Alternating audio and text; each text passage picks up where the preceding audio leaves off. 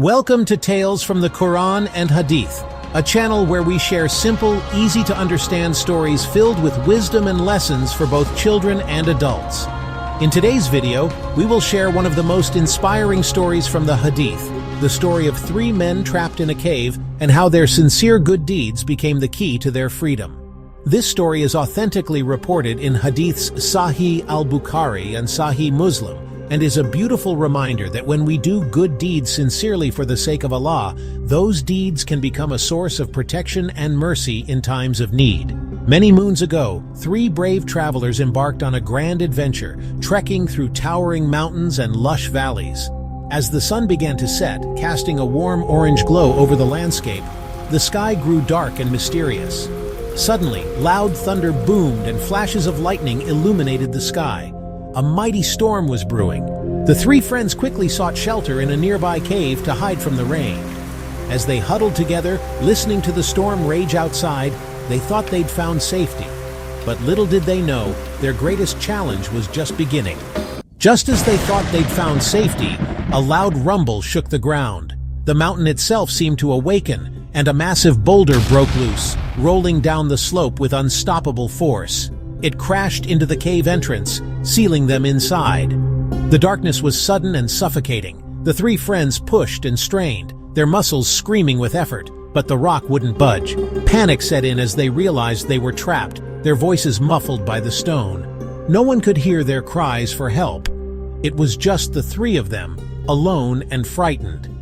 In their darkest moment, the three friends turned to the one who held the power to do all things, Allah, the Most Merciful.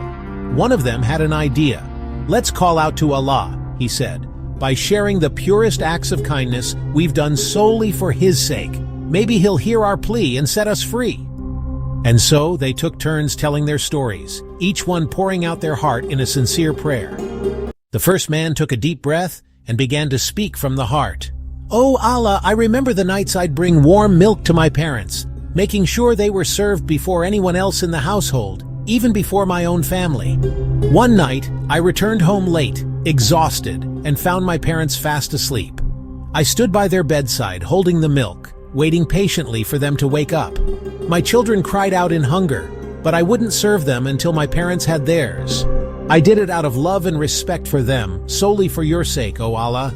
If this deed was pure and sincere, please relieve us from this boulder and open a way out." As he finished his words, the rock creaked and shifted, moving just a crack, but it was still too heavy to push through. The darkness remained, but a glimmer of hope flickered. The second man then spoke, his voice trembling with emotion. He said, "O Allah, I once had a cousin, a woman I loved deeply, more than anyone else. I tried many times to be with her, but she always refused me. Then, during a time of famine when food was scarce and life was very hard, she came to me in need. I offered her money, 120 dinars, on the condition that she would give herself to me. Out of desperation, she agreed. But when the moment came, and I was about to commit this sin, she looked at me and pleaded, 'Fear Allah, and do not wrong me in this way.' Her words struck my heart. I stepped back immediately, though I desired her more than anything in that moment. I left her, and I let her keep the money. O Allah, if I did this purely for your sake, then lift from us this hardship we are facing." As he finished speaking, the rock shifted once more, creaking and groaning as it moved, but the opening was still too narrow to squeeze through. The third man then spoke, his words calm but full of sincerity. He said, "O Allah, I once hired a worker and agreed to pay him his wages. But before I could give him his payment, he left and never returned. I did not spend his wage, nor did I keep it for myself. Instead, I invested it little by little until, by your mercy, it grew into herds of camels, cows, sheep, and even servants. Years later, that same worker came back to me and asked for the payment he had left behind. I pointed to all the animals and wealth and said, 'Everything you see belongs to you.' At first, he thought I was joking, but I insisted until he took all of it, every last bit, and I did not keep a single thing for myself. O Allah, if I did this sincerely for your sake alone, then remove from us the hardship of this rock." There was a short silence, and the men looked at each other. For a moment, silence filled the cave. The three men looked at one another, their hearts pounding with hope. Then, slowly the massive rock began to shift. Light streamed into the darkness, brighter and brighter, until the entrance was completely open. And at that moment, the three men stepped out of the cave, safe, free, and saved by the sincerity of their good deeds. This story is not just about three men long ago. It's a reminder for all of us today. It teaches us to always honor and care for our parents, no matter what, to resist temptation and fear Allah even when no one else is watching, to be honest, fair, and trustworthy in everything we do.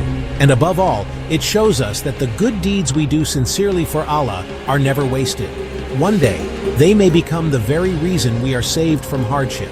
So let us fill our lives with sincerity and faith. If you enjoyed this story, take a moment to reflect. Have you ever experienced a time when someone did something for you, expecting nothing in return for the sake of Allah? Share your story with us in the comments. We'd love to hear it.